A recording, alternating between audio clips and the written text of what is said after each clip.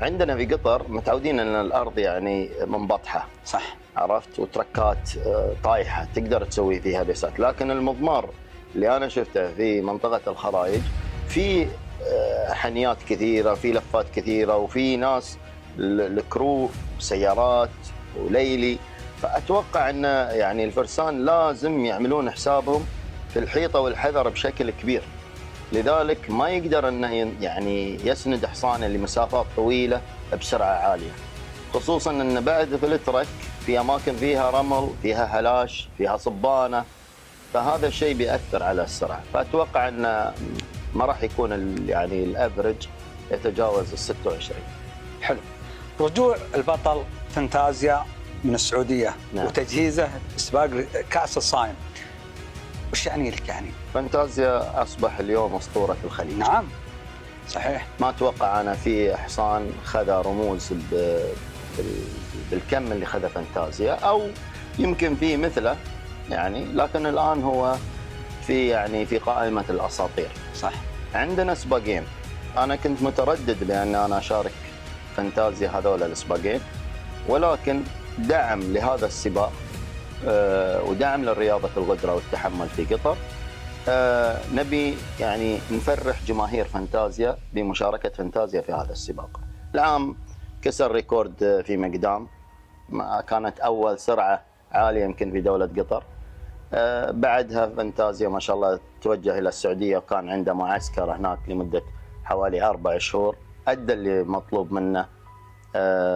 جاء سادس في أول سباق بعد تأخير على خط الانطلاقة بربع ساعة عشان البت، وجاء سادس. سوى في الافتتاحية في 120 18 ونص بتأخير ربع ساعة، يعني كمعدل تقريبا حدود 20 ونص 21. فانتازيا جاء الثاني في سباق الناشئين، وجاء أول في كاس الملك، كان الريكورد السابق 21.9 عند فيدريكو اسطبل الياباني من الإمارات. هو سوى فانتازيا 23 تقريبا 7، يعني بعيد عن الرقم الأخير. فالحمد لله رب العالمين، يعني مثل ما قلت لك مشاركة فانتازيا، ويعني يغيب عنها هالمرة الفارس سعيد بن يحيى النعيمي بسبب الليمت، وإن شاء الله ولدي سعيد إن شاء الله بعد هذا الشبل الصاعد، هذا الشبل الصاعد إن شاء الله بيركب فانتازيا. ولكن ولا قصور في يعني في حسن بن طاحوس بطل، حسن بيركب فانتازيا ما شاء الله. اي نعم. حسن مثل ما قلت لك يعني بطل، ولا قصور في حسن. لكن سعيد عندي يحب الحصان هذا بشكل ومتوفق معه، كما ان سلمان بن فهد الهاجري بعد متوفق مع مورو. صح. سلمان بيركب مورو ان شاء الله في هالاسبوع، واثبت جدارته في سيف الامير. نعم. وعندنا الاول على القطريين والثاني دولي، وكسر ريكورد في 25/11 سلمان في اول سباق سرعه FEI، سوى 25.7. عندنا بعد فارس ان شاء الله صاعد باذن الله، بنجربه ان شاء الله على غزاليا. هو كان راكب غزاليا في سباق في تاريخ 25 جاء عليها تاسع، اللي هو متعب بن علي الكبيسي. ونعم والله يستاهل ابو علي. فان شاء الله بتشوفون فرسان صاعدين. بيض الله وجهك أن تدعم الشباب القطريين الناشئين. لازم يعني دعمت سعيد وبيض الله وجهك، الحين تدعم متعب بن علي. نعم. ودعمت بعد سلمان وبيض الله وجهك. نعم. حتى حسن بن طاحوس. حسن ما شاء الله. اليوم انا فانتازيا مو باي حد بركب عليها. نعم بطل. يعني اي فارس، ولكن حسن كفو ويستاهل انه يركب فانتازيا. صح. زين، هل طموحك اني انا والله ما راح اتنازل عن القمه وعن الاول؟ شوف انت اذا وصلت ليفل معين في نتائجك في ارقامك كذا، انت عليك ضغط نفسي اول شيء، وعليك ضغط جمهور. صح. فان شاء الله نوعد الجمهور ونوعد محبين الرياضه في قطر والخليج بان احنا نكون ان شاء الله في نفس الليفل او اعلى، ما راح نتنازل، ما راح ننزل اقل او نتنازل عن المراكز الاولى، ولكن كل شيء عند رب العالمين. انت عندك خيل وغيرك عنده خيل، وانت مدرب زين وفي احسن منك مدرب. صح. نعم. بيض الله وجهك. زين يعني نقول مرعب ابو سيف، ونقول صايد الرموز يقول عندي التحدي، عندي 3 ابطال ومشاركه 3 ابطال. طبعا بطل ما شاء الله تبارك الله، مرعب. 3 ابطال. ارعبت كثير الحمد لله مدربين، توفيق مرة. وما نقول انك اثبت وجودك، انت ما شاء الله تبارك الله معروف ومرعب. الحمد لله. فنقول ابو سيف يقول عندي التحدي وعندي الاول. اذا ساعدني الترك، انا فرساني متاكد منهم، فرسانك نعم، متاكد منهم، وانت ما شاء الله بطل ومرعب. اذا ساعدني الترك راح تشوفون ركض دائما اقول يسر الناظرين. اشكرك، وهذه كلمتك دائما تقولها. يعني نقول ابو سيف يقول التحدي معاه، ويقول ان شاء الله باذن الله كاس الصايم ان شاء الله باذن الله. ابو سيف انت اتمنى من الله التوفيق. ترتيباتك وتجهيزاتك لسباق كاس الصايم. والله ان شاء الله عندنا 3 روس، براكه طريف، حصان ان شاء الله معروف لا يعرف. الله يجزاك خير يا ابو عبد الله. الله يبارك لك. ان شاء الله براكه طريف انا بركبه ان شاء الله. وعندنا حصان اللي اخذناه من اخواننا اهل الكويت، غياث، بيركبها بيجي خيال الله يجزاه خير فازع، اللي راكبه من سنين وعازف اصلا. هذه الشمبري نعم. وعندنا الله يسلمك بولينو بيركبها صالح الجبيلي، وان شاء الله نطلب من الله التوفيق. زين تجهيزك لسباق كاس الصايم بعد ما تم نقل من الخرايق الى سيلين على ارضيته ومكانه، براكه طريف ما شاء الله تبارك الله يعتبر من المرشحين الابرز. والله براكه طريف ان شاء الله يثبته، الله لا يعوقه ان شاء الله من الصواديف، ان شاء الله ان شاء الله داخل منافس على الاول باذن الله. وغياث نفس الشيء ان شاء الله، وبولينو بعد نفس الشيء. راح تقدمها قدام. والله هذه الخطه على قولتهم ان شاء الله يوم السباق، لكن ان 3 روس ان شاء الله انا رايح على المنافسه مش على البوديوم ان شاء الله باذن الله سبحانه، المنافسه على المركز الاول ان شاء الله. ويوم قلت عن الخرايج وسيلين صراحه كنا متخوفين جدا من قريه الخرايج، خاصه انا ما رحت مريتها مرور هالشكل بعد السباق، لكن الارضيه صراحه كانت تخوفنا، ارضيه جديده وارضيه يعني سمعنا انها يعني خطره شوي على الخيل او صعبه. فالحمد لله ان السباق قائم في سيلين، ارضيتنا ونعرفها، وان شاء الله اتوقع السباق سواء انا او غيري اللي بيفوز اتوقع انه رقم جديد، تايم ريكورد جديد، كسرت. كم توقع السرعه؟ والله اتوقع 26 وكسور، يعني 26 3 26 2. في ناس تقول لا اذا هناك في الخرايج راح يكون 27 28. هذا في علم الغيب، اللي يقول في الخرايج 26 27 28. في سيلين ارض معروفه وتعرفونها، واكثر الخيل تعرف الارضيه. اللي يقول الله يسلمك في الخرايج هذا في علم الغيب، اللي قال 26 ولا 24 ولا 30 هذا في علم الغيب، احنا ما ركضنا فيها ولا نعرفها. زي. اما قاعنا ذي طال عمرك نعرفها، هو والخيل سبق وكل عنده حصان سبوك. نعم. واحنا ما احنا بداخلين شيء باذن الله سبحانه. يعني توقع 26 الى 27. الافرج اذا ما خاب ظني 26 حكم العام في مقدار اذا ما خاب ظني، اذا ما خاب ظني نعم. وكاف في اي 25.9 على افرج كاف في اي، تبريد كل 5 كيلو في المية، فاتوقع انه بينكسر الرقم باذن الله. يعني الفارس سعد الدوسري مع الحصان براكه يقول انا اعلن التحدي، والله ان شاء الله وكون في المقدمه معا في مشاركين يعني خيل يعني ما فيها قصور. لا بالعكس، احنا ما نقلل من قدر اي احد، لا من فرسان ولا مدربين ولا ملاك ولا خيل، كلنا عنده سبوك، كل عنده خيل زينه، واحنا ان شاء الله عندنا خيل طيبه، وان شاء الله ما احنا بداخلين شيء، يعني وعلى قولتهم يبغون الاول وحنا نبغي الاول. كفو، يعني تعلن التحدي باذن الله سبحانه، الله يجملنا، وعلى قولتهم يبارك للجميع، اللي بيفوز بنبارك له ونفزنا ان شاء الله بنباركوا لنا. يعني فريق الوسيل يعلن التحدي مع براكه والفارس سعد، انتظروا التحدي باذن الله سبحانه. تحضيراتكم لسباق كاس الصايم؟ والله فريق الناصر جاهز في كل سباق، واكيد السباق هذا محضرين الخيل الطيبه والزينه ان شاء الله بتكون. راح يكون عندك ان شاء الله راسين، راس زعيم وبركه ان شاء الله. بركه. توقعاتك السرعه اللوب الاول او المجمل اللوبات؟ والله ابو عبد الله شوف السباق هذا بيكون سباق سريع، لا تنسى ما شاء الله خيره الخيل داخله في السباق هذا، مسميات كبيره، خيول ابطال، خيول لها ريكورد. فالسباق هذا اتوقع انه بيكون كسب تاج الصايم. يعني توقعاتك تقول انه بيكون 30 27 28 كم؟ لا الليفرج انا اكلمك عن الليفرج كم؟ الليفرج على نهايه 26 26 الى 27 من 26 على نهايه 26 26.8 26.9 هالشكل، يعني ما بيعدي 27. نشوف ابو عبد الله اغلب الخيل اللي داخله سباق الصايم خيول راكضه ومسويه ريكورد، مسويه 25 مسويه 26. من المنافس تقول والله هذا المدرب او هذا المجموعه راح تكون هي المنافسه الابرز؟ دخوله قويه. شوف الحصان هذا وعز بطل، حصان بطل ما يستهان فيه، حصان يعني حطه من الخيول المرشحه.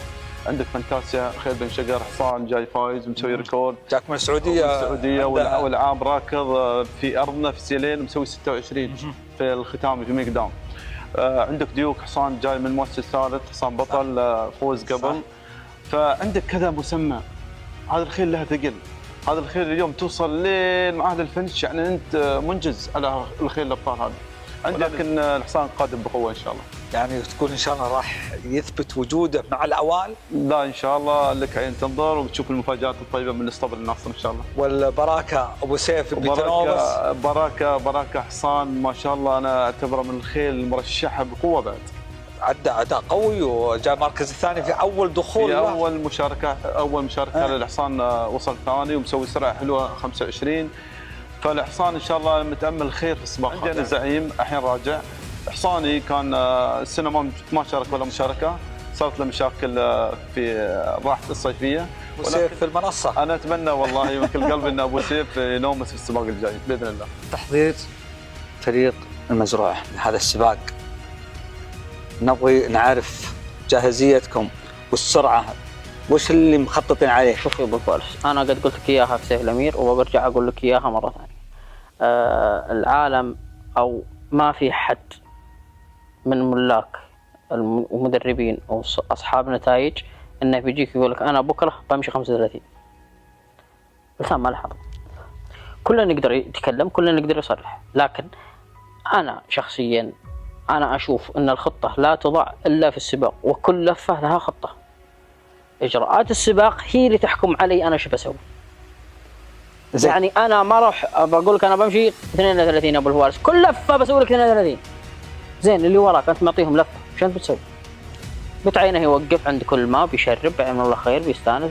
ما راح اكمل على 32 يقول والله انا بسوي لي افريج سبيد والعالم مسوي لي 25 وانا بسوي لي 34. هذا كلام غير منطقي. زين توقعاتك السرعه؟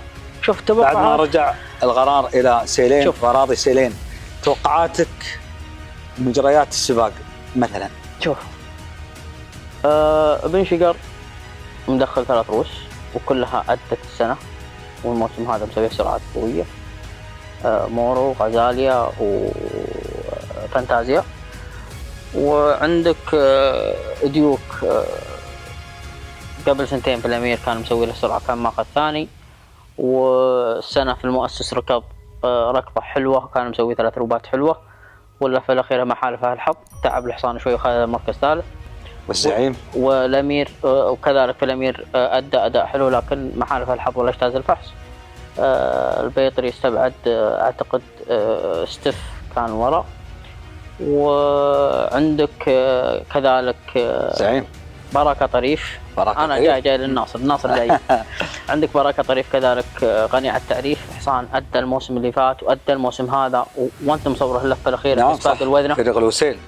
وعندك كذلك MBR الموسم هذا أنا أشوف أنه أفضل فريق متطور السنة هذه. أنا يعني كل سباق لازم يدخل من 5 الأوائل. نعم أنا أقول لك أنا من 5 الأوائل. وخالد سند ما قصر السنة، كان أداءه جبار ومشاركاته إيجابية. وعندك كذلك مشاركة اليمامة حق سلمان بن أحمد، حق عمر بن أحمد الركابين الهاجري على والمدرب سعد خليفة. صحيح. الفرس أدت في الوذنة سباق جبار، يعتبر كان أول سباق لها، وكانت على قولتك فخر الإنتاج المحلي. صح نعم. الودنة كان سباق سريع. اللفة الأخيرة الخيل سوت فيها 30 رداد وغزاليا وكانت اليمامة معهم لين آخر 3 كيلو تقريبا أو آخر كيلوين. نبغي مجمل الكلام. السرعة توقعاتك 27. نعم. ما راح يكون 27 28 30 بعد الرجوع إلى أراضي سيلين. شوف محبين أراضي سيلين ما راح يكون عندهم سرعة وإثبات الأرضية. 29 التطور يجيك حبة حبة، ما حد يقدر يطلع الدرج من أول درجة إلى آخر درجة. الحين السنة اللي فاتت سوينا 26، السنة هذه سوينا 27، بنوصل نكمل على 27 ونص. السنة الجاية إن شاء الله فيها تطور على 28 29. أما الآن أنا أقول لك على طول نطلع قفزة، هذه صعبة. زين، مشاركين تقريبا براسين. نعم صحيح. يعني راح تكون أنا من ضمن المنافسين. نتمنى الله من التوفيق من الله سبحانه وتعالى، لكن أنا أقول لك بداية إحنا اخترنا الراسين هذه، سألنا الله التوفيق أولا. ثاني شيء الخيل إن شاء الله أنها جاهزة. كنت أنا الأمانة ما كنت ناوي دخلت الراسين هذه لأنه ما كنت ناوي إني أدخل، كنت أبغى أجرب الخرايق. هو كان تجريب الخرايق، لأن أنا جربت الخرايق في التأهيلي. عندي راس في 80 وعندي راسين في 40 باسم جابر بن علي الهدهة ومربط الهدهة، وأهلنا الخيل لله الحمد وكان ممشانا عادي. لكن الحين أنا كنت مدخل هذه الخيل عشان أجرب السرعة على 24 و25، أنا مشيها على البيس هذا. هل مضمار الخرايق مستقبلا إنه لو أنا جبت عندي خيل زينة وأفضل من اللي أنا مشارك فيها الآن تنافس هناك تروح؟ للعلم أنا الخيل اللي عندي ما طلعت بيسات لأنها بحكم أنها صغير للحين والتأسيس حبة حبة. أنا داخل إن شاء الله أغلب خيلي اللي موجودة عندي داخل الموسم الجاي، لكن الحمد لله أدت أداء حلو الموسم هذا، ولله الحمد فضل من الله والمنة. دخلنا من المراكز اللي ماشيين على خطتنا بحذافيرها. يعني فريق المزرعة يعلن التحدي في سباق كاس الصايم. أنا على طول معلن التحدي في كل سباق. أشكرك. انتظروا مفاجآت فريق المزروعة والتحدي. نسأل الله التوفيق أولا والباقي على الله سبحانه وتعالى. تحضيرات فريق MBR لسباق كاس الصايم وتجهيزاتكم. والله احنا ان شاء الله يعني احنا جاهزين، ولكن ما هي بنسبة 100% للأمانة. يعني احنا جاهزين يعني بنسبة لا بأس فيها. عندنا مشاركين ان شاء الله ب6 روس تقريبا، وعندنا عز وعودة البطل عز. نعم. كل ما انت بجاهز؟ لا بس عز يعني تخبر تو اول سباق له السنة ولين الحين يعني تخبر في طور التجهيز. وعندنا بعد الحصان آرمر اللي شارك في العلا، وعندنا بعد أيضا الحصان ماركوس بعد من أفضل الخيل عندنا، وإن شاء الله بيكون عند حسن الظن. ولكن كلها يعني إحنا داخلين السباق، ولكن يعني ما هو بضغط كبير، على حسب يعني إحنا بنشوف أول شيء التكتيك، بنشوف السرعات، بنشوف يعني السباق شلون بيكون. توقعاتك المجريات السباق، هل فيه كسر ريكورد؟ والله شوف انا ما ادري يعني صراحه، انا قاعد اتساءل يعني الحين قبل شويه في مع الشباب في المجلس. اي نعم، قاعدين نسولف وكذا، فانا اتساءل يعني في خيل يعني ركضت وادت اداء قوي السنه، هل هي بتكون مستمره ولا لا؟ يعني مثل آرمر، مثل فانتازيا، مثل ديوك. يعني ما ادري يعني هل الخيل هذه بتكون يعني احنا نعرف انك انت من بدايه الموسم تطلع وتوصل للقمه وبعدين تنزل يعني، فهل الخيل هذه بتكون على نفس ما ادت في شهر 2 وشهر 1 اللي فات، ولا بيكون في يعني تنازل شوي في مستواها بحكم كثر المشاركات؟ والله ما ادري. لكن وبعد في يعني حسب ما سمعت انه بعد حصان الشيخ محمد بن نواف اللي هو زعيم نعم زعيم وبراكه وبعد عنده يعني خيل ابو نواف، فما ادري يعني انا اللي اشوف ان السباق بيكون قوي. يعني توقعاتك لمجريات السباق؟ في سرعه اتوقع نعم فوق ال 25 في يعني فوق ال 25. اي نعم، قريب ال 26 ربع بيسوونها. يعني انا توقعات يمكن فوق ال 27 27. لا 26 الله اعلم، يعني فيها زايده ناقصه شوي بس، يعني هذه اللي انا اشوفها، يعني الله اعلم. يعني لكن يعني انا ارشح يعني بين الاثنين، يا الناصر يا بن شقر، يعني هم بينهم يعني سباق الصايم راح يكون عندكم دخله قويه وتقول والله احنا منافسين ونبغى المركز الاول، والله انا ولا تنتظرون على الثاني والثالث؟ انا والله قلت لك والله الربع شوي راديني. هذا الحين نبغى نطلع اللي في قلبك، نبغيك تتكلم. والله شوف انا اقول لك ان شاء الله احنا بنكون تستمر يعني على منظوره منظوره اني والله الثاني ثالث بس ورابع وخامس. لا ان شاء الله احنا يعني تحدي، يعني احنا ان شاء الله قريب منهم، ما هو بعيد ان شاء الله. تحدي ما هو بتحدي، لا تحت تحدي، لكن انا اوعدك في سباق العيد ان شاء الله بتكون لنا ان شاء الله كلمه قويه، لكن السباق هذا ان شاء الله احنا ما احنا بعيد من الربع ان شاء الله. بيض الله وجهك هذا اللقاء. تحضيراتكم لسباق كاس الصايم؟ والله تحضيراتنا تحضيرات طيبه، ومشاركين بخيل ان شاء الله انها تجمل، وعندنا فرس اليمامه يعرفونها الشباب، فائزه في مركز ثالث في اول مشاركه لها في سباق الوذن، جات مركز ثالث وادت اداء كل يثني عليه، لكن هذا السباق له ظروف خاصه بحكم انه في اسماء قويه، يعني السباق هذا بيكون اصعب طبعا من السباق هذاك. يعني توقعاتك لمجرات السباق والسبيد يعني يكون والله شوف مغاير للسباقات اللي فاتت، اخص للفرس اللي امامه؟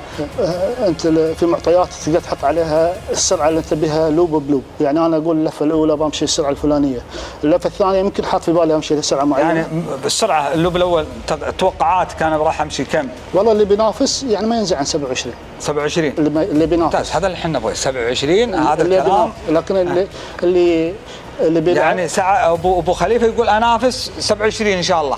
مشاركه البطل اليمامه اللوب الاول اللي يبي اول، ما تكلم عن اللي يبغي ينتظر اخطاء الاخرين. اللي يبي مركز اول ياكل 27 اللفه الاولى، لكن اللي بينتظر اخطاء الاخرين سبحان الله قلب تعطل او موتوبلك او لا سمح الله لين يمكن يمشي 25 ويقول انا بلعب اخطاء الاخرين، انزل ثالث رابع سبحان الله وفقني اخذ ثاني، ممكن يكون يعني ترشح فريق فوتو فينش المراكز الثلاثه الاولى؟ انا ما ارشح، غيري يرشحني، لكن انا اطمح. تطمح؟ نعم. انا راح اكون من الثلاثه المنافسين؟ نعم ان شاء الله. ويعلن التحدي؟ ما اعلن التحدي لان انا اصلا ما علي ضغط، لان الخيل الموجوده قدامي هي اصلا ابطال، فاذا انا اخذت مركز ثالث او رابع هذا شيء بحد ذاته مميز، لكن اذا اخذت شيء اول هذا شيء زياده بالنسبه لي. بيض الله وجهك يا ابو خليفه، واتمنى لك التوفيق ان شاء الله مع اخوانك المدربين والملاك. تجهيزاتك لسباق كاس الصايم؟ انا مشارك بثلاث روس، عندي راس واحد منافس وراسين بيروحون تجهيز، وان شاء الله ان تكون في مفاجات باذن الله، تكون في مفاجات. هل بتكسر يعني الريكورد وتقول والله انا بثبت السرعه وراح يكون عندي انا السرعه؟ شوف ابو عبد الله، ان انا بروحي اكسر ريكورد هذه ما تصير. كسر ريكورد يصير اول شيء عامل الارضيه التراك، العامل الثاني المنافسين، واتوقع في سباق الصايم المنافسين في هالسباق شرسين جدا، في اسامي كبيره نازله، في اسامي خيل كبيره نازله، يعني توقعي يكون 27. من اللي تشوفه انه منافس حق امتي؟ ايه والله او انك تتحاشى انك تكون؟ لا والله شوف، هي المنافس لي بيكون فريق بن شقر. ايوه المرعب. المرعب هو ما يستاهل هذا اللقب. نعم يستاهل. هو المنافس الاول هو وفريق الناصر، يعني نازلين بشراسه وانا نازل بشراسه. جاهز بقوه. ديوك والمدرب لا كل جاهزين، الفرسان كلهم جاهزين.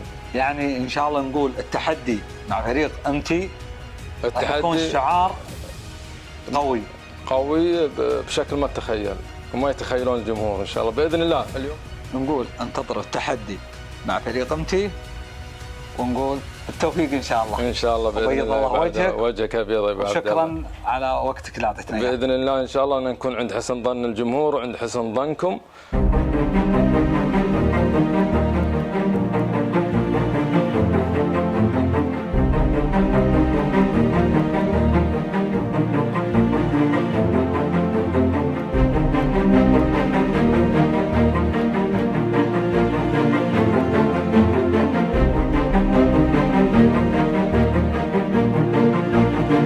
المرحلة الأولى راح تكون مرحلة حمراء محددة على محمد مسافة 35 كيلو، المرحلة الثانية 25 كيلو اللي هي تكون مرحلة خضراء، المرحلتين الأخيرتين بيضاء تكون 20 كيلو إن شاء الله.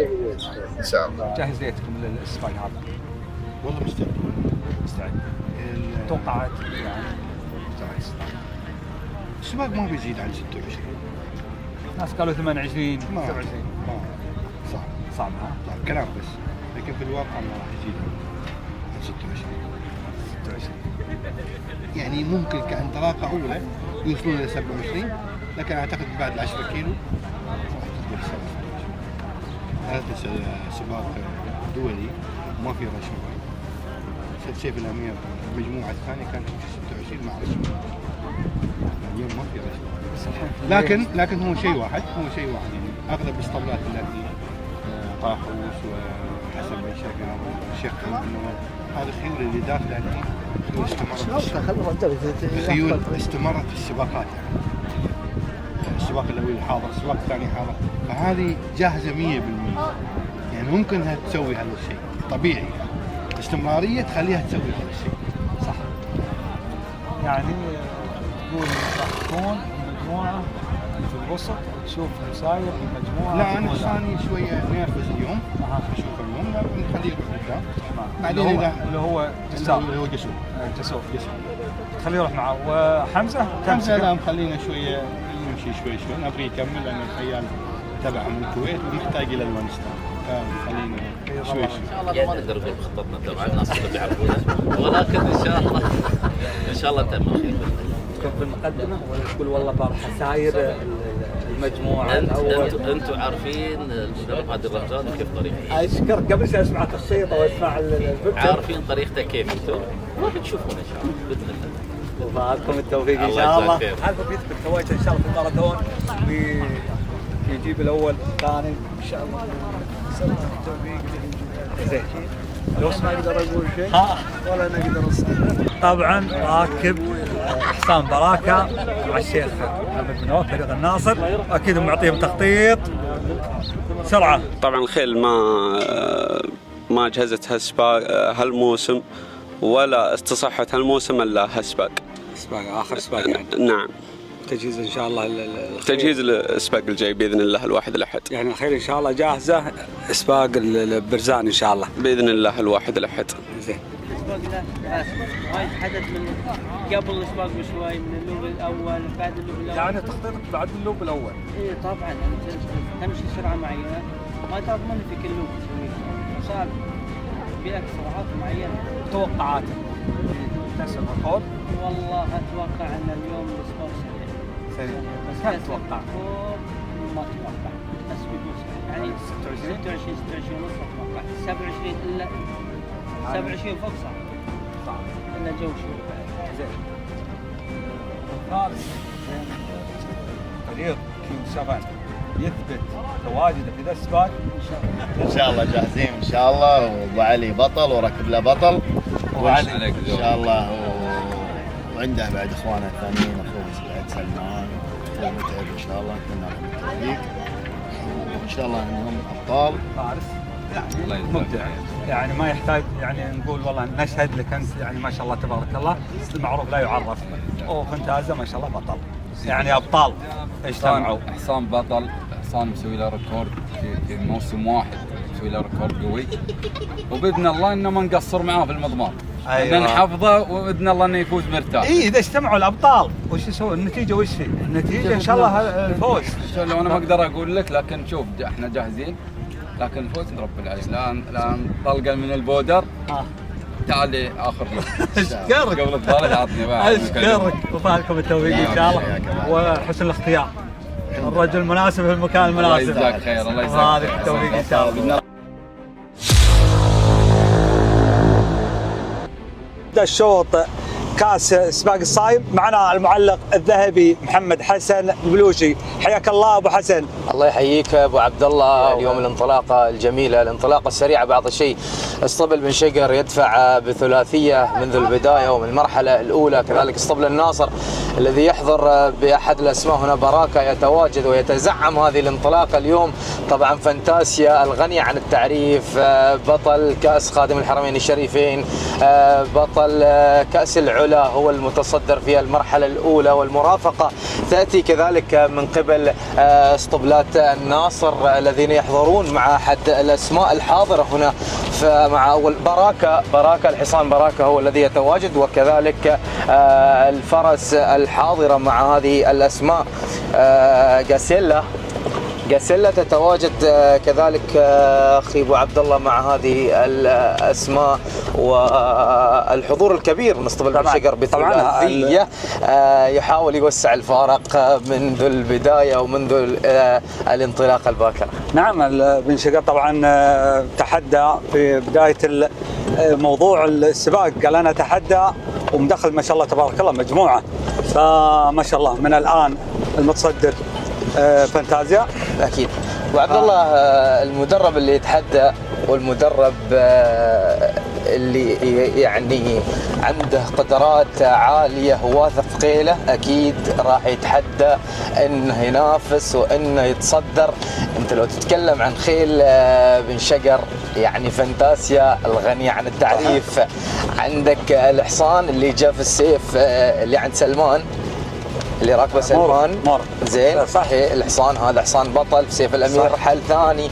الفرس قدمت سيف الامير 3 مراحل، يعني 3 مراحل قويه، وهي بطله اتوقع اخذت سباق في هذا الموسم.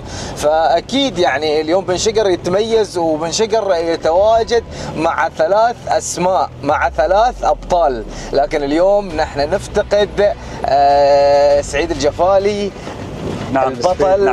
نعم البطل وطبعا اليوم نفتقده بسبب السرعه. سبب السرعه. فبس تواجد اللي هو الفارس المميز حسن طاحوس طبعا من الفرسان المبدعين، اكيد غني عن التعريف ما شاء الله تبارك الرحمن. اليوم بن شقر يعني اختار الفارس الصحيح، الحصان الصحيح. صح أكيد. انا قلت الرجل المناسب. نعم الرجل المناسب في المكان المناسب. نعم فنسال الله لهم التوفيق باذن الله تعالى. هذه الانطلاقه الاولى زين. اليوم شوف فريق الناصر ما شاء الله بالحصان براكه ما شاء الله. الخيل اشوف السرعه زادت ما شاء الله تبارك الله، الخيل متنرفزه شوي والسرعات زايده يا ابو حسن. ابو عبد الله شوف اكيد المرحله الاولى الحين بدات تزيد السرعه والسيطره الاسطبل بن شقر، والملاحقه كذلك من احد الاسطبلات. وعندك اسطبل الناصر الذي يتواجد مع الكوكبه، وهنا احد الفرسان اللي هو هادي الشمري مع فريق الوسيل مع قالدور. قالدور حضور جميل، حضور رائع، نتمنى لهم التوفيق. ولكن لو نلاحظ ان حسب الشقر بدا يوسع الفارق ويرفع البيس، وصل البيس الى 32 33.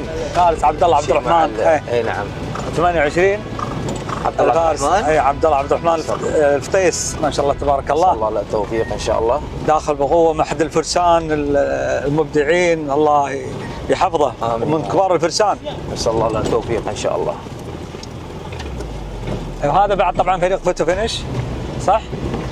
114 لا ولا قلنا غياث 114. اي غياث 114. هادي الشمري. هادي الشمري ما شاء الله تبارك الله. يعني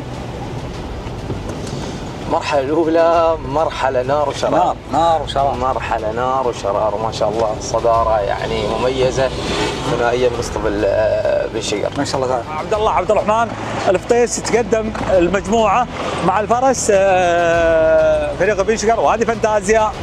شوف النرفزة الزايدة من الفرس في صدارة المجموعة هي تبى الليد، تبى الصدارة. أيوة الله. السرعة 29. الفرس تصير سير مرتاح لو تلاحظ كذلك كأنها مسيطر على المجموعة. نعم فانتاسيا ما شاء الله تبارك الرحمن. لو تلاحظ ان حصان عبد الله عبد الرحمن منضغط كثير بعض الشيء. اي منضغط يعني. شوف فانتازيا على الراحة. ان شاء الله لهم التوفيق ان شاء الله.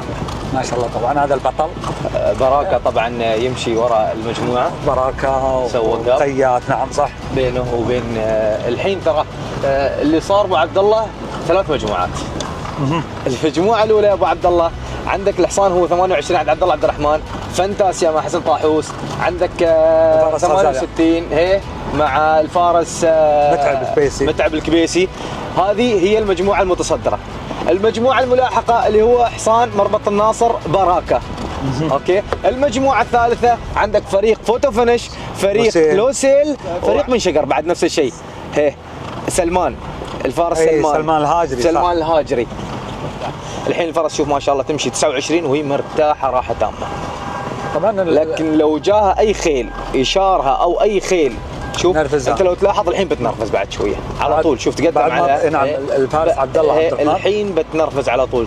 تبليد بلوشي انه هدى الحصان عشان ما يخسر الحصان. اكيد على اساس ما يخسر الحصان، على اساس انه يمشي الحصان باريحيه تامه، ولا انه يعني خلى المتصدرين يبعدون يعني شوي، يبعدون كثير لا يشوفهم صح. شيء بسيط يعني. طيب. تقريبا يحافظ على حصانه، يحافظ على مستواه، يعني يحافظ على اقل من كيلو. نقول يعني تقريبا 800 متر 700 متر تقريبا ما يقارب كذا. لو تلاحظ ان بن شقر اليوم لاز ابطال، لاز عمالقه على كلامهم. فنسأل الله لهم التوفيق وتكتيك يعني مدرب مدرب تكتيك قوي صراحه من حسن بن شقر. نسأل الله لك التوفيق يا ابو سيف. اليوم يدفع بثلاثيه، يدفع بغزاليا في الصداره مع فانتاسيا. الملاحق او انه يسير بسير طيب خلف المجموعه المتصدره سعيد البلوشي. نعم فريق الناصر لغوة عمل مع البطل زعيم الشقر. حصان ما شاء الله مواليد 2014 يعني حصان الحين عمره 10 سنوات ما شاء الله تبارك الرحمن. الحصان جاي من وصافه في كاس مقدام، اليوم يتواجد مع الفارس البطل سعيد وهنيه صاحب المركز الاول وكاس بطل ختام موسم سلطنة عمان. نعم. مع الفرس شنداره اليوم يقود زعيم الشقب ما شاء الله تبارك الرحمن. فنسأل الله له التوفيق باذن الله تعالى. احمد البلوشي، احمد سالم البلوشي. ابو سالم اليوم تكتيكه يعني ما قليل. صح. خطير. قدم حصان خطير، قدم براكه. عندك الحين زعيم. نعم متوسط المجموعه للعلم ترى. زعيم الشقب يمشي يعني مثل ما تقول خلف المجموعه المتصدره، بينه وبين المجموعه المتصدره تقريبا 4 دقائق. الحين متبقي 3 كيلو ما يقارب 3 كيلو ونص تقريبا. فريق بن شقر المتصدر الفرس غزاليا والبطل فانتاسيا. نسأل الله لهم التوفيق. يعني لو تلاحظ المدرب حسن بن شقر يحاول بتوسيع الفارق بالصدارة. يعني الحين إذا نتكلم عن 6 الأوائل تقريبا، الحين المتصدر حسن بن شقر بثنائية، من خلفه تماما يجينا براكة من فريق الناصر، ثالثا فريق كذلك بن شقر مع سلمان بن فهد للحصان مورو تقريبا. مورو عندك غياث هي في رابع المراكز تقريبا او خامس المراكز. غياث من فريق لوسيل مع الشمري. زعيم الشقب كذلك حرك المدرب احمد البلوشي. نسال الله لهم التوفيق. ترى الفروقات هذه بين ال6 المراكز الاولى كلها دقائق يعني بين دقيقتين يعني تقريبا بين الزعيم وبين الفرس غزاليا ما يقارب 3 دقائق تقريبا. الاولى عبد الرحمن فطيس. الثاني فريق بن شقر قوة تحمل. انسو قلت لك ايوه متعب الفيسي غزاليا. الثاني حسن طاحوس مع فانتازيا. هذا ابو عبد الله. هلا شفت عبد الله عبد الرحمن صدر المجموعه، هدف النقطه الاخيره. ايوه برد الحصان ثم وانطلق. لكن هو ظريفه قويه هذه. ما شاء الله تبارك الله. نسال الله لهم التوفيق ان شاء الله. طبعا على الفرسان الحين اللي هم وزن، اللي هو متعب على وزن الحين. دخول الحين الفرسان من فريق بن شقر مع الفرس غزاليا والحصان فانتاسيا، نسال الله لهم التوفيق. كذلك وصول براكه من فريق الناصر، جاسم الكعبي. جاسم الكعبي وصول براكه فريق الناصر، نسال الله لهم التوفيق. يلا بعد اللي وصل بعد اتوقع الزعيم. ها زعيم مربط كذا. زعيم الناصر وصل. الزعيم مع سعد يعني سعيد البلوشي. نقول ثنائيه فريق بن شقر، ثنائيه فريق الناصر. ايوه وكذلك اسم واحد من فريق اللي هو عبد الله عبد الرحمن. بس لما نشوف القلب كم عند فانتاسيا. تعال يا ابو محمد نشوف شوف القلب وفحص الفانتازيا. 67. هل راح يكون في بلنتي؟ اكيد. 67 خطوره يا فانتاسيا، الخطوره يا فانتاسيا. 67 62 ممتاز ما شاء الله. هنا براكه ما شاء الله. 62 ما شاء الله. براكه 62 بسم الله ما شاء الله. سلمان فهد الهاجري مع الحصان مورو من فريق بن شقر. ما شاء الله. هذا الحصان بطل وصيف كاس سيف الامير. ما شاء الله تبارك الرحمن.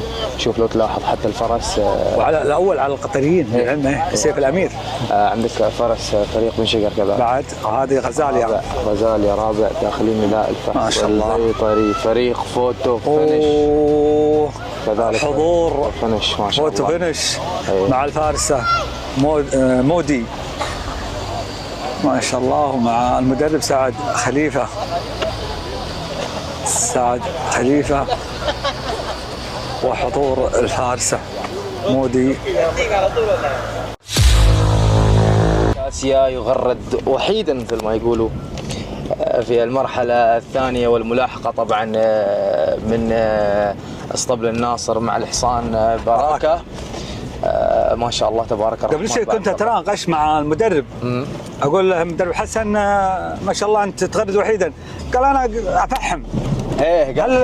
هل معناته يعني انه الى الان هو مقصده يعني في المرحلتين هذيله يعني الحصان ما شاء الله يمشي مرتاح، يروح باريحيه تامه. مقصد الحصان الحين يعني على الراحه في وضع المفحام، يعني في بعد ما دخل يعني صلب المنافسه. لاحظ يعني شوف الحصان لما يوقف عن الماي والحصان متوحد، حسن طاحوس يبدا الطلب منه. يشغله لان الحصان يعني مثل ما تقول اطباعه هذه. طبعه هذا الحصان طبعه كذا، يبى التشغيل يبى يعني لما يتوحد ويكون متصدر. هذا براكه. فريق الناصر قوة التحمل مع الفارس جاسم الكعبي. نقدر نقول انه وسع الفارق. كم؟ نوسع الفارق يعني صار الفرق بين اي نعم الحين دقيقتين واربع. كان الوقت بينهم في وقت الخروج كان دقيقة و25 فاصل. المركز الثالث سلمان فهد الهاجري مع مورو ما شاء الله تبارك الرحمن من فريق بن شقر. هذا فريق الناصر، الحصان زعيم الشقب مع الفارس سعيد البلوشي. متصدر السباق البطل فانتاسيا وبسرعة عالية على البيز وصل 29 النقطة. الحين فريق الناصر ودخل عليه فريق بن شقر بعد نفس الشيء. صاروا الحين مع بعض. المركز الثاني والثالث صار فرق كبير. فانتاسيا وسع الفارق بينه وبين المركز الثاني والثالث 3 دقائق ونصف تقريبا. شوف هذا ما شاء الله. هذا سلمان هذا كذلك من فريق الثاني سلمان الناصر. ما شاء الله تبارك الرحمن. أول الواصلين من فريق بن شقر الحصان فانتاسيا مع الحصان مع الفارس حسن طاحوس ما شاء الله تبارك الرحمن. وصول البطل ومع الاجواء الممطره. خلينا نشوف.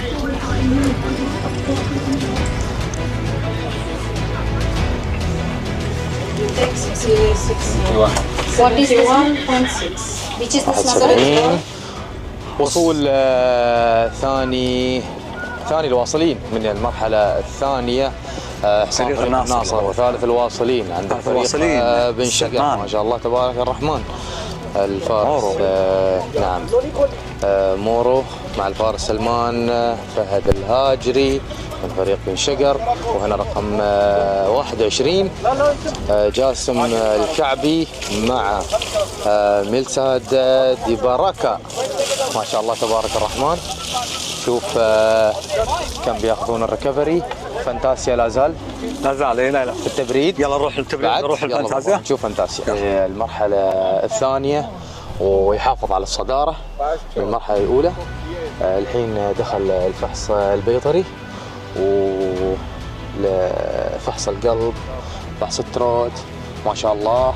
عندك من خلفه تماما فريق الناصر. دخول المدرب احمد البلوشي مع الحصان باراكا ما شاء الله تبارك الرحمن. ثاني الواصلين نسال الله لهم التوفيق. باراكا مدرب احمد البلوشي. شوف ابو عبد الله المدرب احمد البلوشي كان واثق ثقه تامه اكيد من حصانه، لهذا السبب ما ضغط لان هو واثق من حصانه. من شوف على طول هو شوف الحصان هذا في المرحله الاولى تقدر تقول انه ينرفز شويه ياخر شيء بسيط، لكن هو واثق من الحصان المرحله الثانيه انه ما يطول في الريكفري وبيفحص سريع. وهو اكيد يعني احمد البلوشي يعني عارف او دارس ما شاء الله 60 الخصم مثل ما نقول. شوف دقات قلب فانتاسيا هي 60. فهو يعني عارف انه فانتاسيا ما راح يفحص بدقيقه ولا دقيقتين. ايوه فعارف انه راح يتاخر، فخلى فانتاسيا يتصدر زين وواثق من حصان انه يتميز بريكفري سريع.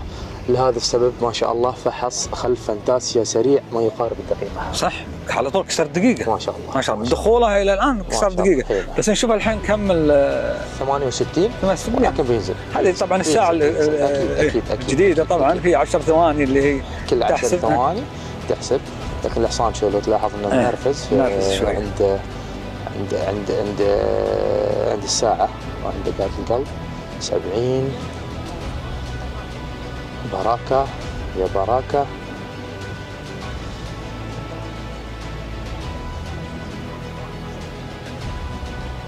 برد الجو ترى ما شاء الله ابو 60 تبارك الرحمن ما شاء الله. اللهم بارك ما شاء الله. يعني هذا يعتبر ما شاء الله يعني في دقيقه ما شاء الله ما شاء الله. يعني هذا خطر على فانتاسيا ما شاء الله. مرحبا عبد الله. الحين مع ثالث مراحل هذا السباق، سباق كاس الصايم، الصدارة لفانتاسيا مع حسن طاحوس والمدرب حسن بن شقر. شوف ما شاء الله تبارك الرحمن الحصان يقدم أداء مميز وأداء رائع. وطبعا يطلب منه حسن يطلب منه الحين في اللوب الثالث اللوب القبل الأخير عندك الوصافة مثل ما تحدثنا في عفوا في المرحلة الماضية. المدرب أحمد سالم ما ضغط خيله، هدى على خيله، سوى القاب 3 دقائق، واثق ثقة تامة ان ريكفري حصانه عالي. فصار الفرق بين المتصدر فانتاسيا وبين باراكا 47 ثانية. فالملاحق طبعا باراكا حاضر خلف فانتاسيا، يصير بيس طيب بيس ممتاز. ولكن تابع هنا بن شقر يعطي امر يعني يعطي الاوامر، يبي يوسع الفارق، يبي يسير ويطير يعني ما شاء الله تبارك الرحمن. نسال الله لهم التوفيق باذن الله تعالى. اذا لحق ابو عبد الله اذا لحق باراكا على فانتاسيا اتوقع انه راح تكون في خطوره على فانتاسيا اليوم.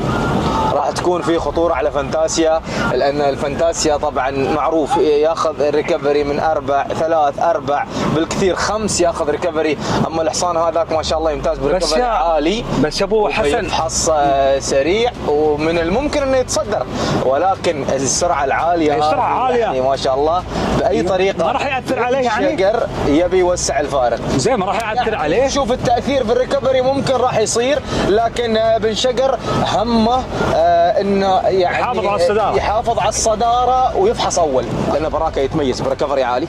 براكه حصان ما شاء الله حتى الان انهاند، حصان في الهاند يصير برياحيه تامه، ما اعطاه ولا امر، ما في اي اوامر. فبراكه راح يكون رقم صعب على فانتاسيا. عندك براكه ما شاء الله يصير مرتاح، بيكون رقم صعب. أول الواصلين من المرحلة الثالثة والقبل الأخيرة البطل فانتاسيا من فريق بن شقر بشعاره الأخضر، بالشعار المرعب، وها هو المدرب حسن بن شقر. أتمنى لهم التوفيق.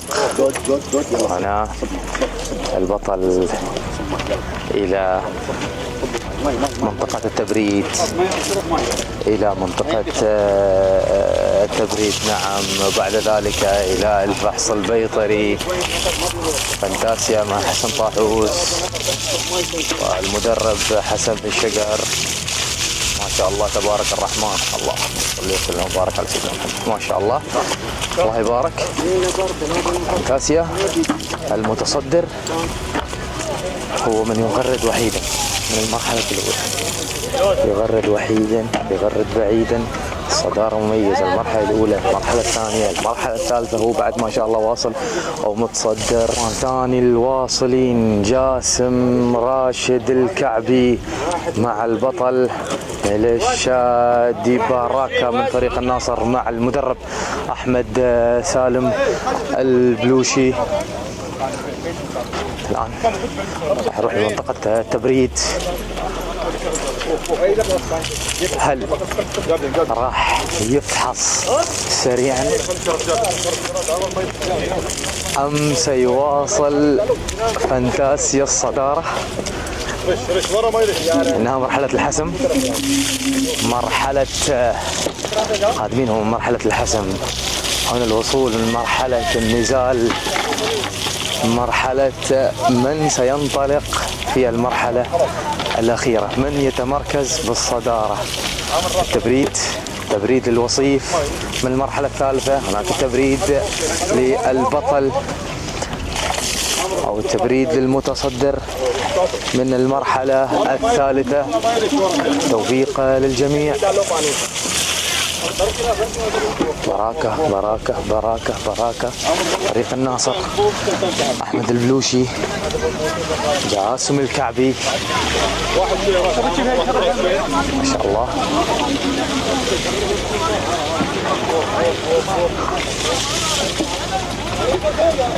فريق الناصر المدرب أحمد بن سالم البلوشي. ادخل إلى الفحص البيطري أولا في المرحلة الثالثة. تكتيك، ثقة، حضور من هذا المدرب الكبير، يعني عنده ثقة كبيرة بحصانه ما شاء الله تبارك الرحمن. الحصان ما يتميز في الريكفري السريع في المرحلة الأولى بحكم النرفزة الزايدة، ولكن من المرحلة الثانية والثالثة الحصان ما عنده أي مشكلة في الريكفري، وراح يكون حاضر، وحضوره صراحة ممتاز، حضور مميز. شوف ما شاء الله أحمد البلوشي، فريق الناصر، براكة، أول الداخلين للفحص البيطري. وأنا بانتظار فانتاسيا. أين أنت يا فانتاسيا؟ أين أنت يا فانتاسيا؟ براكة وصل للفحص البيطري. أول واصلين المرحلة الثالثة، وثاني الداخلين للفحص البيطري مع المدرب حسن بن شقر الشهواني. شوف هناك براكة وفحص دقات القلب 70، براكة 67. وهي براكة براكة يا براكة يا براكة. فيل بلنتي، براكة بلنتي. والله الحين بعد البلنتي عطى 59 ما شاء الله تبارك الرحمن. والحصان حضوره كان حضور ممتاز وحضور رائع، ولكن يعني ما حالف الحظ في البلنتي. بن شقر الحين صار المتصدر في حال فحص بن شقر ان شاء الله بيكون هو المتصدر. هورس باس 59 ما شاء الله تبارك الرحمن. أنا ثالث الواصلين من المرحلة الثالثة وثالث داخلين الفحص البيطري من الحصان مورو مع سلمان فهد الهاجري والمدرب حسن بن شقر. حسن بن شقر اليوم يعني راح يكون حاضر حضور طيب، وهو اساسا حاضر من المرحله الاولى، حاضر بفانتاسيا ومتصدر خلاص. المتصدر فانتاسيا ومن ثم فحص بالمركز الثاني، من خلفه الحصان براكة لاسطبل الناصر، وثالث الفاحصين تو في يعني في هذه المرحلة مورو لفريق بن شقر مع الفارس سلمان فهد الهاجري. أنا بشوف ما شاء الله قلب 69 طبعا استبعد بالليم، ونقول هارد لك يا بن شقر. الورقة الوحيدة المتبقية أتوقع أنها فانتاسيا، الله يعوضها في الفرس. غزاليا في اللوب الأول طلعت غزاليا في اللوب الأول الله يعوضه، وكذلك مورو في اللوب الثالث. فالحين الصدارة صارت لفانتاسيا، إن شاء الله فانتاسيا بيعوضه بالفوز. الوصيف طبعا كما سلفنا براكة. ثالثا الحين إذا فحص إن شاء الله سعيد البلوشي مع فريق الناصر ومع الحصان زعيم الشقب. ابو حسن حبيبي. شوف اداء فانتاسيا ما شاء الله تبارك اليوم الاخير، واداء جبار، اداء خيالي، اداء ما شاء الله استثنائي تبارك الرحمن. فانتاسيا المغرد وحيدا، فانتاسيا يسير بعيدا ما شاء الله تبارك الرحمن، بقيادة حسن طاحوس، وكذلك المدرب الكبير المدرب الخطير حسن بن شقر. بارك لهم ما شاء الله تبارك الرحمن على هذا الاداء جبار هذا ما شاء الله يا فانتاسيا تبارك الرحمن.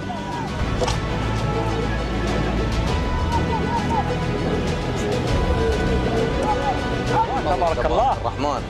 طبعا فانتاسيا ما شاء الله صاحب كاس السعوديه او كاس الفرسان بالعلا في العلا ما شاء الله. شوف الاداء، والفارس حسن طاحوس من المبدعين. سلام يا النعيمي، سلام يا النعيمي، سلام.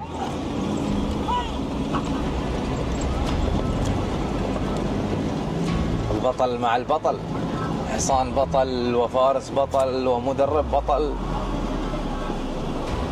واسطبل بطل. نعم، صاحب انجازات، صاحب انتصارات.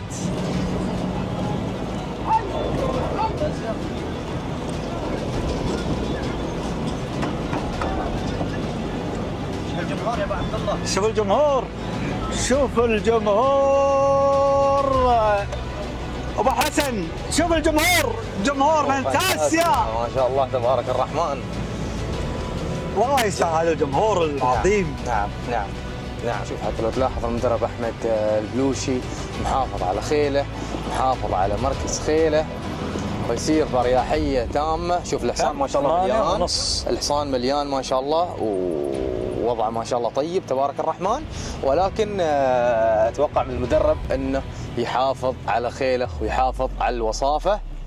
هنا مع هذه الانطلاقة الجميلة، هذه الانطلاقة الكبيرة مع البطل فانتاسيا ومع البطل الكبير حسن طاحوس النعيمي وإشراف المتألق حسن بن شقر. إذا متابعينا الكرام، هنا الشعار الأخضر يحلق وحيدا، الشعار الأخضر يحلق بعيدا. متابعينا الكرام،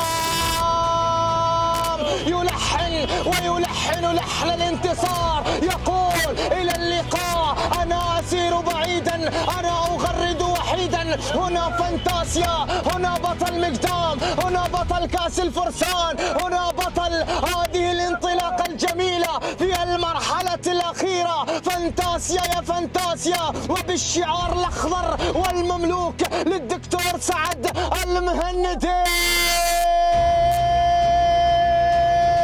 هذا فانتاسيا، هذا الكبير، افسحوا المجال فإن الكبير قد وصل، افسحوا المجال فإن الخطير قد وصل. هنا فانتاسيا وبالشعار الأخضر ويرافقه الكبير حسن بن شقر.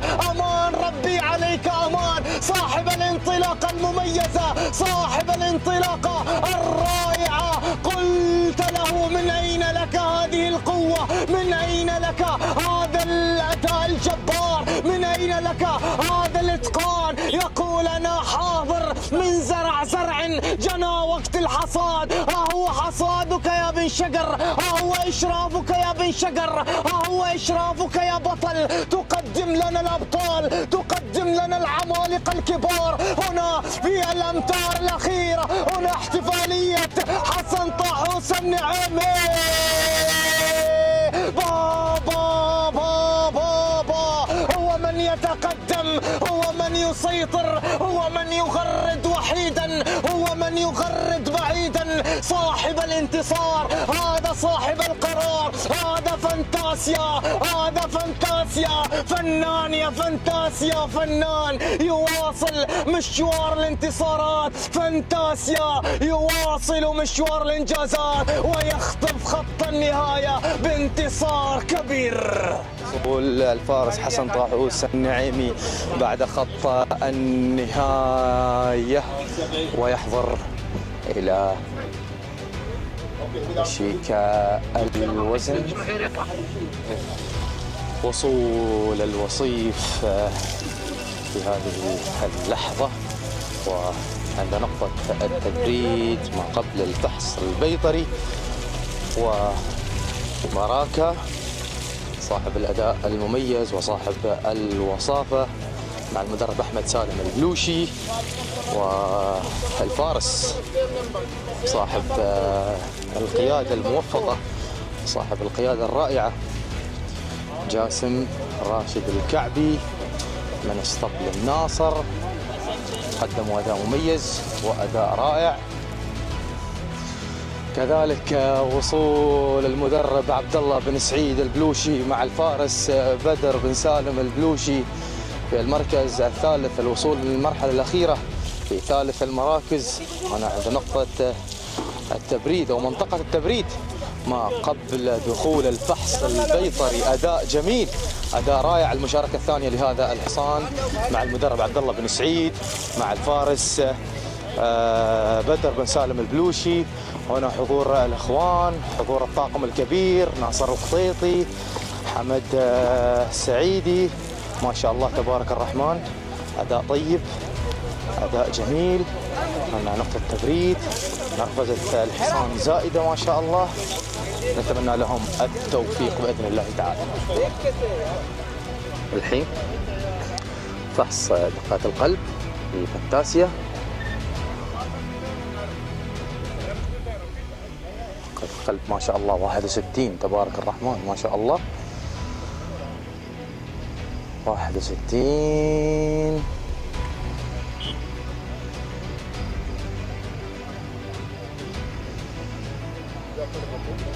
ما شاء الله 59 دقات القلب. هورس باس. الحين التروت، الفحص الأخير. الحين الثاني داخلين للفحص البيطري عبد الله بن سعيد البلوشي مع الحصان جسور أو الجسور. نعم الجسور بقيادة الفارس بدر بن سالم البلوشي. ثالث الواصلين من المرحلة الأخيرة، يعني مركز ثالث داخل الفحص الثاني، داخلين الفحص البيطري. حصان مربط أو اسطبل الناصر لا زال في منطقة التبريد. حصان اسطبل الناصر ما شاء الله تبارك الرحمن، دقات القلب 55. الواصل في ثاني المراكز مع المدرب أحمد بن سالم البلوشي. بسم الله إن شاء الله.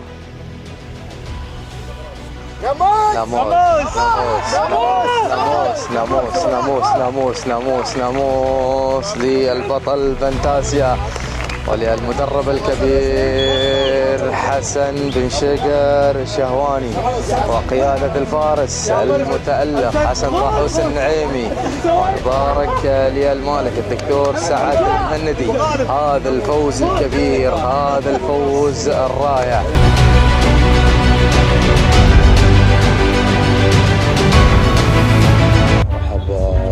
الشيخ محمد بن نواف الثاني. هنا الفائز بالمركز الثالث الحصان بناكيور ديسا مع الفارس بدر بن سالم البلوشي.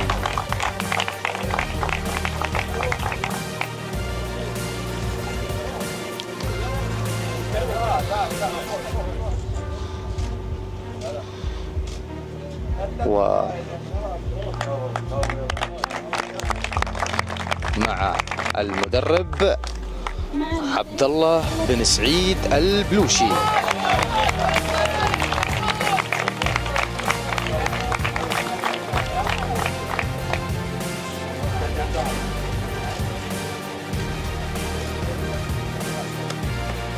والمالك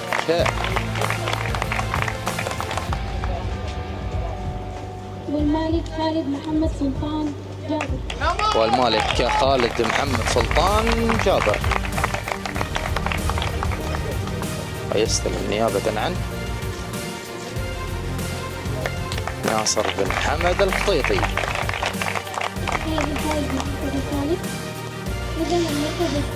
مع المركز الثاني الحصان ميلسا دي باراكا والفارس جاسم راشد محمد الكعبي.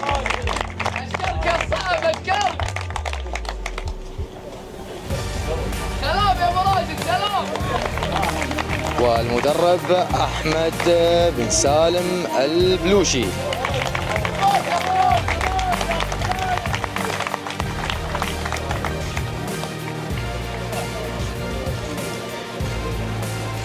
والمالك المالك محمد بن سيف النعيمي.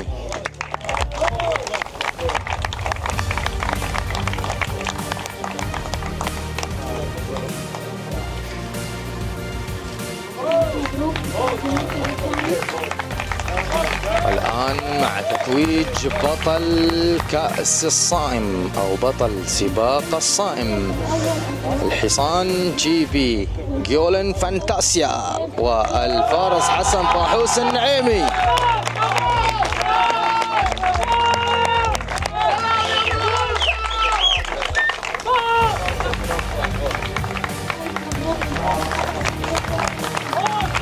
ومع المدرب الكبير حسن بن خميس الشهواني.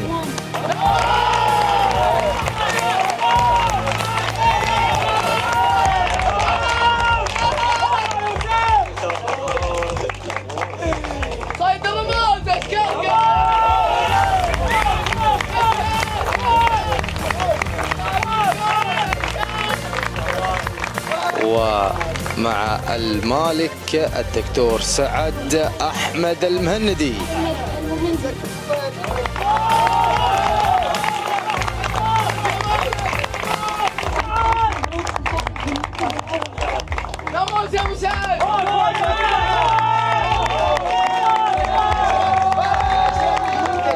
الصورة التذكارية لأبطال كأس الصائم.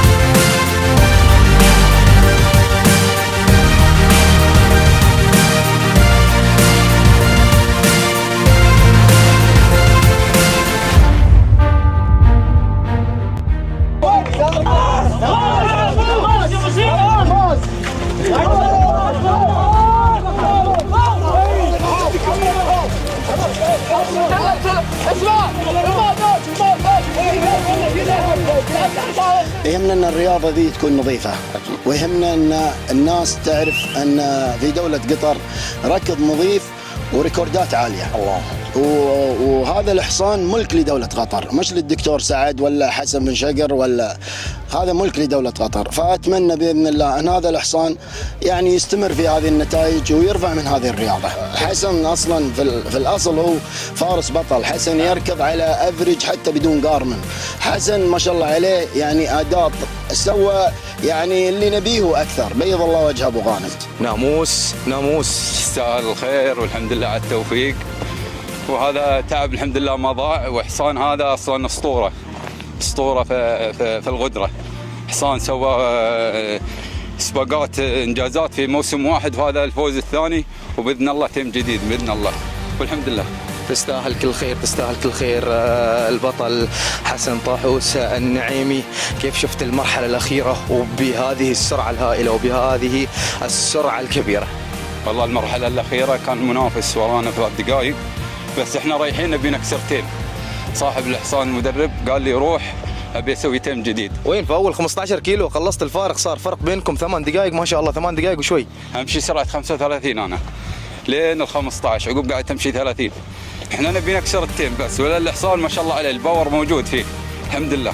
اليوم البركه بيض الوجه، اداء فوق الممتاز ما شاء الله عليه. الحمد لله رب العالمين.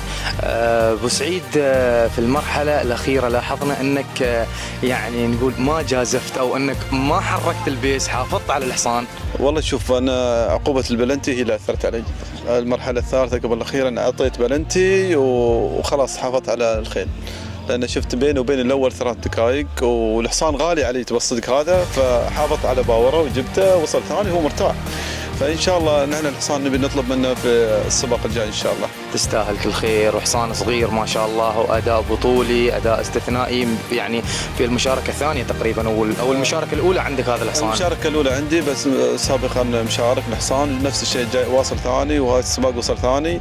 حصان ما شاء الله يبشر بخير، حصان طيب، وان شاء الله حصان له مستقبل كبير هذا الحصان. الحمد لله حصلنا على المركز الثاني، وحبينا نحافظ على المركز الثاني بما ان هاي مشاركه الحصان وحصان ثاني مشاركه له، والحصان يعني تو جاي من فرنسا. الحمد لله هاي ثاني بوديوم له هاي الموسم، فالحمد لله يعني حصان زين، وان شاء الله بطل قادم، وان شاء الله انه بتشوفونه في السباقات الجايه. في المرحله الاخيره كان فرق بينك وبين المتصدر 3 دقائق، فانت كنت متوقع اوردر المدرب انه يحافظ على المركز الثاني او انه يلحق على المتصدر؟ لا، هاي الاوردر انا اشوف ان الاوردر السليم ان احنا نحافظ على المركز الثاني، لان يعني كل واحد يعرف جهوزيه حصانه. يعني حصان هاي ثاني مشاركه له من شهر 11 لين اليوم، فيعني هاي المركز كان وايد زين حق الحصان بما انه ثاني بوديوم له، فيعني هاي كان شعور طيب. اللجنه البيطريه اليوم من افضل الدكاتره موجودين، يعني من خيره الدكاتره. صراحه انا اشكر الشخص اللي اختار هذا الدكاتره. اما بالنسبه للناموس اليوم اللهم لك الحمد، حصان جديد، 3 مشاركه له، ما حالف الحظ في السباقين اللي قبل.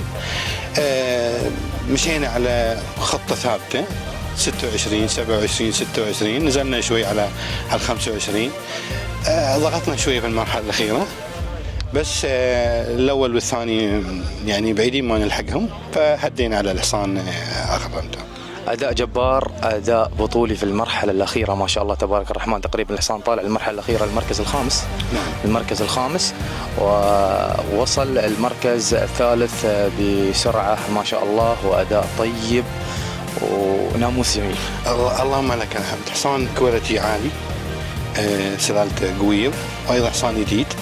اخوه كان في الاسطبل اللي هو البركه، هاي من مشتريات السنه، لكن البركه راح للشيخ محمد بن نواف، الحمد لله رب العالمين. اليوم مشترانا ثاني وثالث. يعني المشتراكم اليوم ما شاء الله المركز الثاني والمركز الثالث. نعم. تستاهلوا كل خير. يا مرحبا، واشكركم على هذه التغطيه الجميله، واشكر ابو الفوارس على هذا الترتيب الجميل صراحه. حصان طيب ما قصر، كان عنده اكثر الحمد لله، طلع رابع والحمد لله وصل ثالث. طلع المركز الخامس اتوقع الاخير. الخامس وعدى الرابع والثالث. ما شاء الله شفنا او تابعنا في المرحله الاخيره، يعني عليت البيس او عليت السرعه العاليه عندك كانت في المرحله الاخيره، وتقدمت او تجاوزت المراكز اللي هو الرابع والمركز الثالث. والله الحمد لله الحصان طيب. اول ما طلعت من القريه ثبت عليه 27. حصان ما شاء الله عنده يصير ما شاء الله عليه، جاوزت الرابع والثالث. حصان بعد كان عنده بس المدرب قال حافظ عليه وحافظنا عليه. يعني حافظ على المنصه. حافظنا على المنصه الحمد لله. ناموس يا بدر، اداء طيب واداء جبار ما شاء الله تبارك الرحمن. حصان بطل ومن الاشتراك الثاني تقريبا للحصان. توفيق من الله الحمد لله. هذا السباق نحن سويناه في رمضان، ثاني مره نسويه في رمضان. العام كانت النسخه الاولى، وللامانه كانوا في ناس واجد معارضين ان السباق هذا بيكون تعب والناس صايمين وبيكون سباق تعب وفي رمضان صعبه يعني ما يمدي، لكن سوينا السباق وسميناه سباق الصايم. لا ما شاء الله تبارك الله الحمد لله نجح العام، والسنه سويناه بعد مره، وزي ما تشوف الحمد لله السباق كان ناجح. كان في افرج يعني اتوقع 27.1. هذا يعني في سباق دولي، وانت عارف في السباق الدولي نقاط التبريد كل 5 كيلو. والله الحمد يعني السباق كان ناجح، واداء الخيل الحمد لله اداء طيب، والعدد الحمد لله العدد وصلنا تقريبا اتوقع 105 الانتري. صحيح. نعم وصلنا 106 تقريبا. اي تقريبا 106 وصلنا، فالحمد لله يعني السباق هذا كان ناجح بكل المقاييس. أكيد يعني بهذا العدد ما شاء الله، وكاس الصايم في شهر الخير، وهذا العدد المشارك والنجاح الكبير، يعني ما شاء الله تبارك الرحمن، وريكورد نفس الشيء عالي 27.1، أداء جبار، فأكيد أنه يكون السباق ناجح وسباق دولي بعد. نعم وحسن بن شقر والله يستاهل كل خير، الرجال وعد وأوفى الصراحة. قال أنا بسوي ريكورد. أنا شخصيا ما كنت متوقع إنه بيكون في ريكورد، لكن للأمانة الرجال أبدع، وحصانه ما شاء الله حصان ممتاز. والحصان هذا هو اللي فاز في كأس الفرسان في المملكة العربية السعودية، كأس الملك اللي هو في العلا. صحيح. وحصان طيب للأمانة، ومدرب ممتاز والله، مدرب ممتاز، والفارس بعد فارس ممتاز. فالرياضة هذه يحتاج لك الفارس والمدرب والكرون، والله الحمد الله وفق الجماعة الصراحة. فريق بن شقر أبدع اليوم والله، أبدع واستانسنا على الركض. أكيد. شكرا لكم على إنجاح هذه المناسبة أو هذه الأمسية الكبيرة. الله يجزاك خير. وفي عندنا سباق ثاني أتوقع بعد العيد إن شاء الله. نبيكم إن شاء الله تسوون نفس التغطية هذه إن شاء الله. والصراحة أشكر الفريق كامل.